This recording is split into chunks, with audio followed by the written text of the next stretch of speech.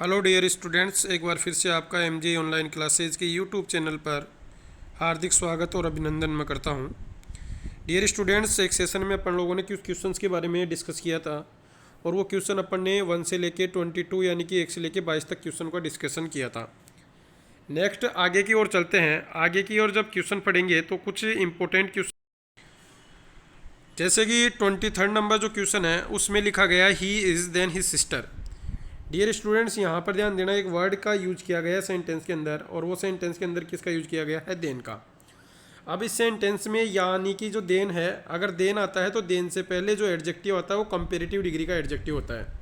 इसका मतलब एल्डेस्ट तो ऑप्शन से आपका कट गया और मोर ओल्ड होता नहीं, ये भी आपका ऑप्शन यहाँ से कट गया। अब एक वर्ड तो आपका होता है एल्डर और एक वर्ड होता है आपका ओल्डर। देखिए, एल्डर का प्रयोग कहाँ करते हैं और ओल्डर का प्रयोग कहाँ करते हैं, इंपॉर्टेंट क्वेश्चन है। एल्डर का प्रयोग अपन करते हैं रिलेशन को बताने के लिए। किसको बताने के लिए? रिलेशन को बताने के लिए। जबकि ओल्डर का प्रयोग अपन जब करते हैं तो ओल्डर का प्रयोग अपन थिंग्स के लिए करते हैं, यानी कि वस्तुओं के लिए करते हैं। जैसे फॉर एग्जांपल मैंने बोला कि माई हाउस इज़ ब्लैंक दिया और फिर उसके बाद में मैंने पूछा देन योर्स। अब यहाँ पर मैं हाउस की बात कर रहा हूँ तो हाउस की बात करेंगे तो हाउस कोई रिलेशन थोड़ी है। हाउस तो यहाँ पर कोई सी वस्तु की बात की जा रही है तो वहाँ पर किसका यूज हो जाएगा? देन से पहले ओल्डर का। लेकिन सेंटेंस के अंदर यहाँ पर जब बात कर रहे हैं अपन, तो इस सेंटेंस के अंदर देखिए इंपॉर्टेंट है, यहाँ पर जब बात की जा रही है तो यहाँ पर सिस्टर है, रिलेशन की बात की जा रही है। और रिलेशन की बात जब की जाएगी तो वहाँ पर ओल्डर का यूज नहीं होगा, यूज किसका होगा? एल्डर का। तो पहला आंसर जो अपना 23rd में होगा वो क्या हो जाएगा? एल्डर हो जाएगा। डियर स्टूडेंट, समझ में आया होगा। नेक्स्ट क्वेश्चन की ओर बढ़ते हैं। नेक्स्ट क्वेश्चन 24 नंबर जो क्वेश्चन है आपका, 24 नंबर क्वेश्चन में देखते हैं क्या आएगा। यानी यहाँ पर पढ़ते हैं, a donkey is uglier than a horse. अब डियर स्टूडेंट्स, यहाँ पर देखिए आपको जो वर्ड दिया गया है वो दिया गया है ट्रांसफॉर्मेशन का, और यहाँ पर वर्ड जो है वो अगलियर। अगलियर जो डिग्री है वो आपकी कंपेरेटिव डिग्री है और कंपेरेटिव डिग्री से आपको ट्रांसफॉर्मेशन का क्वेश्चन पूछा गया है। तो ट्रांसफॉर्मेशन में या तो ये जाएगा अपना किस में? सुपरलेटिव का बन सकता है या फिर पॉजिटिव में। अब इसके ऑप्शन के बेस की बात करें तो ये पॉजिटिव पूछना चाह रहा है। और पॉजिटिव डिग्री के अंदर अगर अपन बात करें तो पॉजिटिव डिग्री के अंदर बात करें तो देखिए, जब भी ट्रांसफॉर्मेशन किया जाता है डिग्रीज का तो वहाँ पर नियम ये चलता है कि पॉजिटिव से कंपेरेटिव या कंपेरेटिव से पॉजिटिव जब भी पढ़ा जाएगा तो वहाँ पर एक रूल काम करता है आपका। और वो रूल जो काम करता है वो ये करता है कि अगर आपका वाक्य पॉजिटिव है तो दूसरा वाक्य जो बनेगा वो नेगेटिव बनेगा, और नेगेटिव है तो वो पॉजिटिव बनेगा। इस प्रकार का एक नियम है। ऐसे ही बात करें, जैसे मैंने ये पूछा, और इंटरचेंज होते हैं वहाँ पर सब्जेक्ट। फर्स्ट को अपन बाद में लगाते हैं, सेकंड को पहले लेते हैं। तो पहला ऑप्शन तो वैसे ही कट गया क्योंकि यहाँ पर सेकंड सब्जेक्ट आना चाहिए था, अब सेकंड में आ रहा है। लेकिन अगलियर है, यहाँ पर मोर ब्यूटीफुल है तो वैसे ही ऑप्शन कट गया। ठीक है। थर्ड देखना, ए हॉर्स इज नॉट सो अगली एज ए डंकी। अब यहाँ पर देखो अगली आ गया और किससे जुड़ा है? एज से। पॉजिटिव डिग्री का जो सेंटेंस जो एडजेक्टिव होता है वो या तो कनेक्टिविटी एज से जुड़ा होता है या फिर वो जुड़ा होता है सो एज से।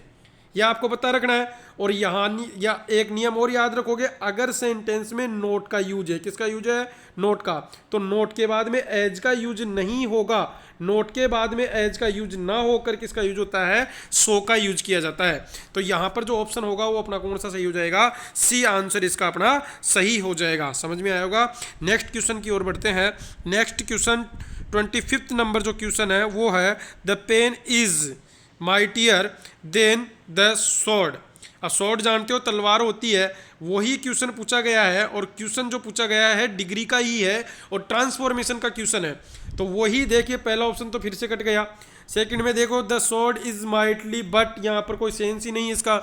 The sword is not so mighty as the pen. इसका मतलब आंसर कौन सा हो जाएगा? सी आंसर इसका सही हो जाएगा। कुछ क्वेश्चंस मैंने एंटोनिम सिनोनिम्स के भी डाले हैं, देख लेते हैं फटाफट से इनको भी। सिनोनिम्स पूछे गए हैं, एडमायर। एडमायर का मतलब होता है प्रशंसा करना।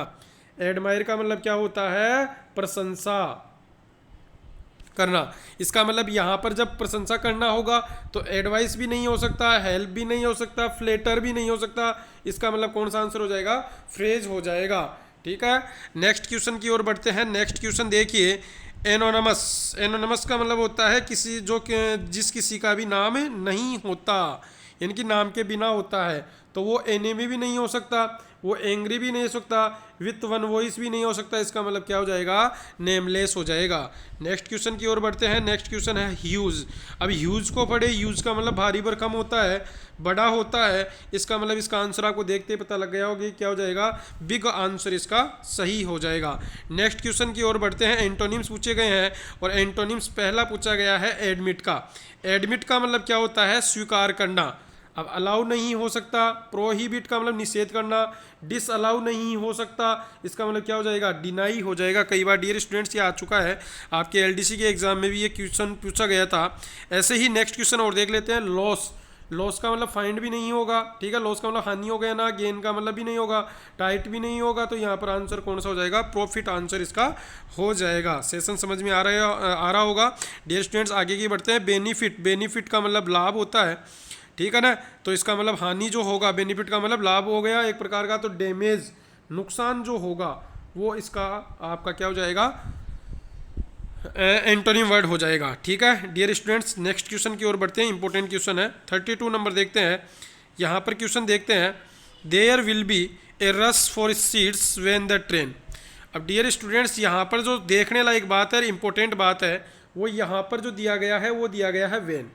अब वेन कंजक्शन के रूप में है, इसका मतलब ये एक सेंटेंस है, इसमें दो क्लोज हैं, यानी कि एक क्लोज में तो विल बी वर्ब आ रही है और दूसरे क्लोज की अपन को वर्ब पूछी गई है। अब विल अराइव है, इज अराइविंग है, अराइव्ड है और अराइव्स है। इसका मतलब यहाँ पर जब बात करेंगे तो यहाँ पर देखिए एक रूल काम करता है। अगर किसी भी सेंटेंस के अंदर दो क्लोज हो, कितने क्लोज हो, दो। क्लोज का मतलब जानते हो, जिसमें एक मेन वर्ब होगी वो एक क्लोज हो जाता है। ध्यान देना एक बार, अगर कोई भी दो क्लोज होंगे और उनमें से अगर एक क्लोज, एक प्रिंसिपल होता है एक रिजल्ट क्लोज होता है। अगर प्रिंसिपल क्लोज, डियर स्टूडेंट सुनना ध्यान से, सबऑर्डिनेट कंजक्शन होते हैं if, till, until, unless, as soon as, even if, before, after या व्हेन, इनसे जुड़ा हुआ होता है तथा उसका एक कंडीशन बनता है। और वो कंडीशन जो बनता है, वो कंडीशन में अगर आपका सेंटेंस के अंदर, ध्यान देना, अगर वो जुड़ा हुआ हो प्रेजेंट सिंपल टेंस से, तो दूसरे का टेंस होता है फ्यूचर सिंपल। अब यहाँ पर क्या फ्यूचर सिंपल आपका टेंस दिया गया है, बिल्कुल दिया गया है। अगर फ्यूचर सिंपल टेंस दिया गया है तो दूसरे क्लोज जो होगा वो आपका क्लोज कौन सा होगा, प्रेजेंट सिंपल होगा, यानी कि वर्क की फर्स्ट फॉर्म या वर्क की फर्स्ट फॉर्म एस या ईएस, जिसको अपन फिफ्थ फॉर्म बोलते हैं। इसका मतलब यहाँ पर क्या जाएगा, आपका अराइव्ड आंसर इसका सही हो जाएगा। नेक्स्ट क्वेश्चन की ओर बढ़ते हैं डियर स्टूडेंट्स। यहाँ पर देखते हैं थर्ड नंबर देखते हैं। The criminal together with his associates arrested. Important question है, यहाँ पर वर्ब का ही क्वेश्चन है, इसमें एक कंजक्शन दिया गया है और वो कंजक्शन है विथ। ध्यान से पढ़ना डियर स्टूडेंट्स। यहाँ पर मैं आपको बताता चलूँ कि अगर किसी भी सेंटेंस के अंदर एक से अधिक सब्जेक्ट्स होते हैं और अगर उन सब्जेक्ट्स में से अगर दो वो सब्जेक्ट्स जो होते हैं वो अगर conjunction with, along with, as well as, and not, controlled by, led by, together with, besides या लाइक या बट, इनसे जुड़ा हुआ होता है, तो वहाँ पर जब वर्ब लगाई जाती है तो वो फर्स्ट सब्जेक्ट के अनुसार लगाई जाती है। अब एक बात बताइए, यहाँ पर क्या आ रहा है, टुगेदर विथ आ रहा है, पूरा आ रहा है, टुगेदर विथ आ गया, तो इसका मतलब यहाँ पर वर्ब जो आएगी वो फर्स्ट सब्जेक्ट के अनुसार आएगी। इसका मतलब क्या आएगा, क्रिमिनल के अनुसार आएगा। अब क्रिमिनल के अनुसार देखोगे तो यहाँ पर क्रिमिनल सिंगुलर है और सिंगुलर है तो यहाँ पर वर्ब भी सिंगुलर आएगी, तो इसका मतलब क्या जाएगा, वॉज अरेस्टेड हो जाएगा। अब यहाँ पर देखिए इंपॉर्टेंट क्वेश्चन बनाइए। अब आपने सर ये तो बता दिया कि फर्स्ट के अनुसार आई तो सेकंड के अनुसार भी होता होगा, तो सेकंड के अनुसार जो होता है वो होता है आपका और, नोर, आइदर और, neither NOR, not only, but also, either also, इनसे जुड़ते हैं तब वो सेकंड सब्जेक्ट के अनुसार वर्ब लेता है। तो क्वेश्चन इंपॉर्टेंट था और मैं आगे आपको सेशन में और भी पढ़ाऊंगा। ये जितने भी रूल्स वगैरह मैं आपको बता रहा हूँ वो सारे रूल्स वगैरह मैं आपको सब्जेक्ट वर्ब एग्रीमेंट के टॉपिक में पढ़ाऊंगा। नेक्स्ट देखते हैं अगला क्वेश्चन। You hear the president's speech.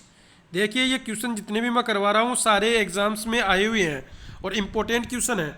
तो यहाँ पर देखना एक बार क्वेश्चन मार्क लगाए, इसका मतलब जो सेंटेंस है वो आपका इंट्रोगेटिव है। अब यहाँ पर देखिए वर्ब देखो एक बार, हियर वर्ब है और ये वर्ब की कौन सी फॉर्म होती है, फर्स्ट फॉर्म होती है, इसका मतलब वर्ब की फर्स्ट फॉर्म है। अब यहाँ पर ऑप्शन में देखना, एक तो आ रहा है आपका हैव, एक आ रहा है हेड, एक आ रहा है एज और एक ऑप्शन आ रहा है आपका डिड। अब इन सब में क्या कॉमन बात है, सुनना, हेज, हे और हेड जब भी लगता है इसके बाद में मेन वर्ब आती है तो वो वी थर्ड आती है, लेकिन डू, डज और डिड आता है तो इसके बाद में वी फर्स्ट आती है। अब ये बताओ जो हियर है ये वी थर्ड है या फर्स्ट है, ये फर्स्ट है, इसका मतलब यहाँ पर क्या हेज आ सकता है, हेज तो वैसे नहीं आएगा, यू कैसा है आपका प्लूरल है तो हेज तो वैसे ऑप्शन से कट जाता है, हेव भी नहीं आ सकता और हेड भी नहीं आ सकता। इसका मतलब जो आएगा आपका आंसर, वो आपका आंसर कौन सा आएगा, डी आंसर आएगा, यानी कि इसमें क्या आ जाएगा, डिड आ जाएगा। तो समझ में आया होगा। नेक्स्ट क्वेश्चन लेते हैं, और नेक्स्ट क्वेश्चन इंपॉर्टेंट है।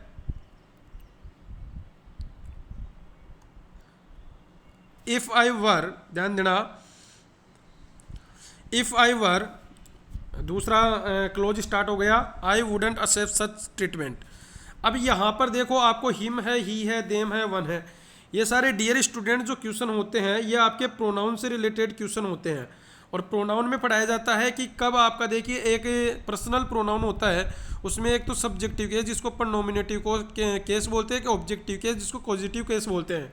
तो कब वर्ब के बाद में आपके सब्जेक्ट लग जाते हैं, कब वर्ब से पहले ऑब्जेक्ट लग जाते हैं, वो सारे क्वेश्चन वगैरह वहाँ प्रोनाउन के टॉपिक में मैं आपको पढ़ाऊंगा।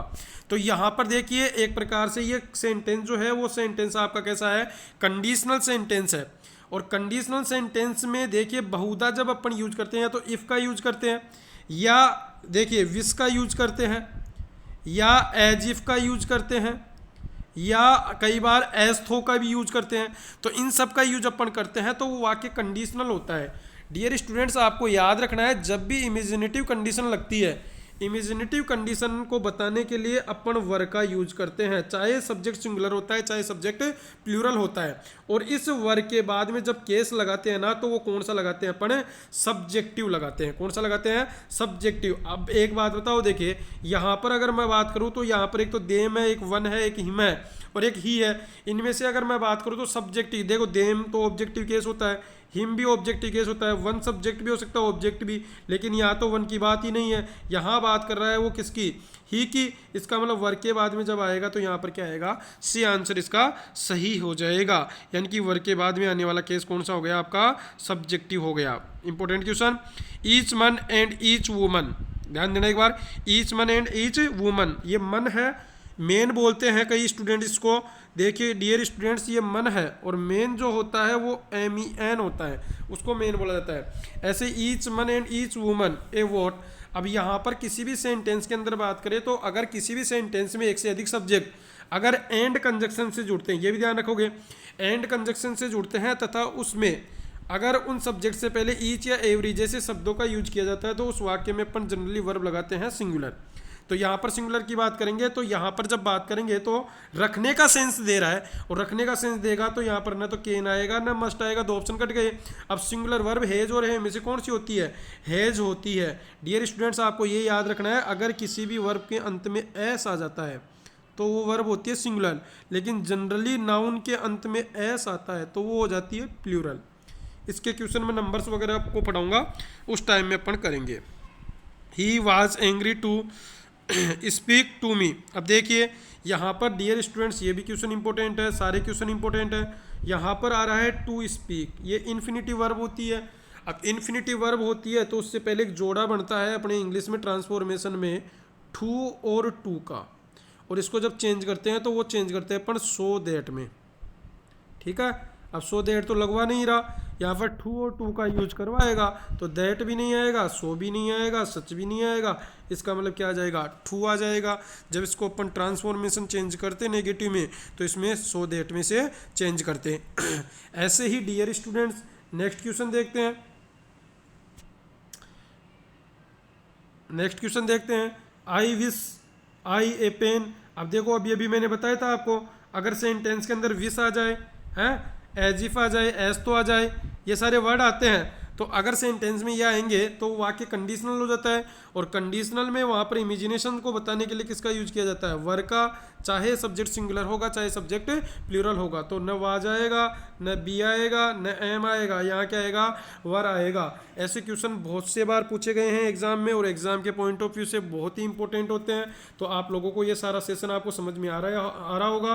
तो आगे और भी अपने जो बढ़िया बढ़िया वीडियोज होंगे वो मैं डालूंगा। नेक्स्ट क्वेश्चन देखते हैं, द फ्लाइट विल लैंड 6। अब ये प्रीपोजिशन का क्वेश्चन है, 6 घड़ी का समय है। और घड़ी का समय देखिए डियर स्टूडेंट ध्यान रखोगे, घड़ी का समय जब भी आता है तो वहाँ पर प्रीपोजिशन कौन सा लगता है, क्या लगता है 8 दिनों के नाम से पहले अपन किसका यूज करते थे, ऑन का, ठीक है। ऐसे ही यहाँ पर कई बार अपन करते हैं अगर अपन नेम ऑफ मंथ्स की बात करें, ईयर की बात करें, तो उसमें किसका यूज करते हैं, इन की बात करते हैं। तो घड़ी के समय से पहले अपन ने किसका यूज कर दिया, 8 का। लेकिन डियर स्टूडेंट्स यहाँ पर एक क्वेश्चन और इंपॉर्टेंट बनता है, और वो ये बनता है कि घड़ी का समय पूछा जाता है तो वहाँ पर बाई प्रीपोजिशन लगता है। जैसे what is time in your watch नहीं होता, बाई योर वॉच होता है। तो ये भी क्वेश्चन एक इंपॉर्टेंट है, तो वो भी अपन आगे करेंगे। नेक्स्ट क्वेश्चन की ओर बढ़ते हैं। नेक्स्ट क्वेश्चन है do not laugh others mistakes, ठीक है। अब लाफ होता है, सबको पता है डियर स्टूडेंट, लाफ के बाद में जब प्रीपोजिशन का यूज होता है तो प्रीपोजिशन का यूज होता है तो वो किसका यूज किया जाता है, 8 का। तो लाफ 8 हो जाएगा। नेक्स्ट क्वेश्चन की ओर देखते हैं। Lokesh was busy when we to seem, ये भी क्वेश्चन है इंपॉर्टेंट। देखिए पढ़िए, Lokesh was busy, Lokesh busy था कब, वी टू सी हिम, जब हम उसे देखने के लिए गए। अब इस क्लोज का टेंस देखो कौन सा है, पास्ट है, तो दूसरे क्लोज का टेंस भी कौन सा होगा, पास्ट होगा। इसका मतलब गोस तो आएगा नहीं है। गो भी है, वेंट भी है, पास्ट की बात कर रहे हैं, ये प्रेजेंट फॉर्म होती है। गोन डायरेक्ट लग नहीं सकता, क्यों नहीं लग सकता, क्योंकि वी थर्ड होती है, और वी थर्ड से पहले हमेशा क्या आती है, हेल्पिंग वर्ब आती है। इसका मतलब क्या आएगी, वर्ब की सेकंड फॉर्म आएगी, और वर्ब की सेकंड फॉर्म की बात करेंगे तो क्या जाएगा, वेंट। आंसर आपका सही हो जाएगा। नेक्स्ट क्वेश्चन की ओर बढ़ते हैं। नेक्स्ट क्वेश्चन 42 नंबर है, the date of the function not been decide yet. अब यहाँ पर देखिए एक एडवर्बियल यूज किया गया है, कौन सा है, येट। अब इसका जो टेंस होता है वो टेंस कौन सा होता है आपका, बताइए फटाफट से।